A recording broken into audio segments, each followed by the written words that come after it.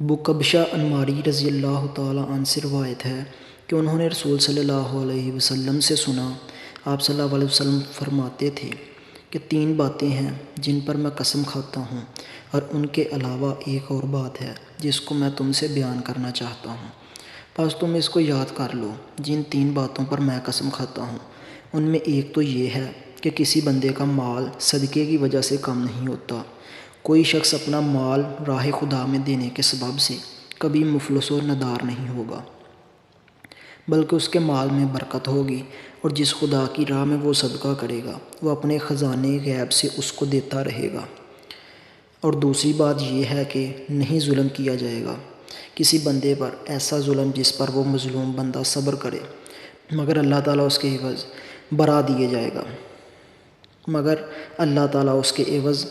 دے گا۔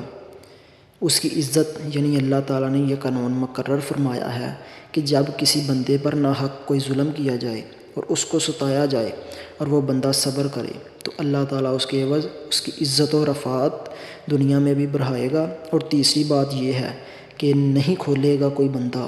سوال کا دروازہ مگر اللہ کھول دے گا اس پر فقر کا دروازہ، یعنی وہ بندہ مخلوق کے سامنے ہاتھ پھیلانے کا پیشہ اختیار کرے گا۔ اللہ تعالیٰ کی طرف سے مقدر ہے، فقر و محتاجی اس پر مسلط ہوگی۔ گویا یہ تینوں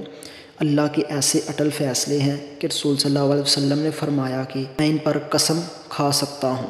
اس کے بعد آپ صلی اللہ علیہ وسلم نے فرمایا، اور جو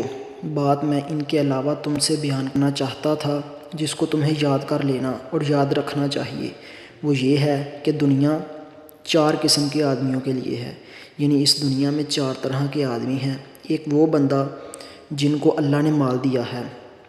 اور صحیح طریقے سے زندگی کا علم بھی ان کو دیا ہے، بس وہ اس مال کے صرف استعمال میں اللہ سے ڈرتے ہیں اور اس کے ذریعے صلہ رحمی یعنی اپنے عزیز و اقارب کے ساتھ سلوک اور ان کی ہمدردی کرتے ہیں، اور اس میں جو عمل اور تصرف کرنا چاہتے اللہ کی رضا کے لیے وہی کرتے ہیں۔ بس ایسے بندے سب سے اعلیٰ و افضل مرتبے پر فائز ہیں۔ اور دوسری قسم وہ بندے ہیں جن کو اللہ نے صحیح علم اور صحیح جذبہ تو عطا فرمایا ہے لیکن ان کو مال نہیں دیا، بس ان کی نیت صحیح اور سچی ہے، اور وہ اپنے دل و زبان سے کہتے ہیں کہ ہمیں مال مل جائے تو ہم بھی فلاں نیک بندے کی طرح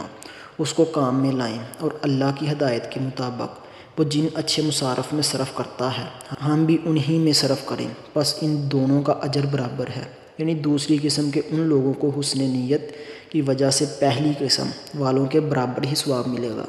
اور تیسری قسم وہ لوگ ہیں جن کو اللہ نے مال دیا اور اس کے صرف و استعمال کا صحیح علم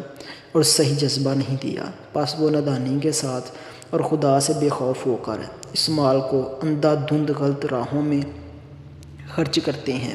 اس کے ذریعے صلہ رحمی نہیں کرتے اور جس طرح اس کو صرف استعمال کرنا چاہیے اس طرح نہیں کرتے، بس یہ لوگ سب سے برے مقام پر ہیں۔ اور چوتھی قسم وہ لوگ ہیں جن کو اللہ نے مال بھی نہیں دیا اور صحیح علم اور صحیح جذبہ بھی نہیں دیا، بس ان کا حال یہ ہے کہ وہ کہتے ہیں کہ اگر ہمیں مال مل جائے تو ہم بھی فلاں عیاش اور فضول خرچ شخص کی طرح اور اسی کے طریقے پر صرف کریں، یعنی اس شخص کی طرح ہم بھی عیاشی اور فضول خرچی کریں، بس یہی ان کی نیت ہے، اور ان دونوں گروہوں کا گناہ برابر ہے۔ یعنی آخری قسم کے لوگوں کو ان کی بری نیت کی وجہ سے وہی گناہ ہوگا جو تیسری قسم کے لوگوں کو ان کے برے اعمال کا گناہ ہوگا۔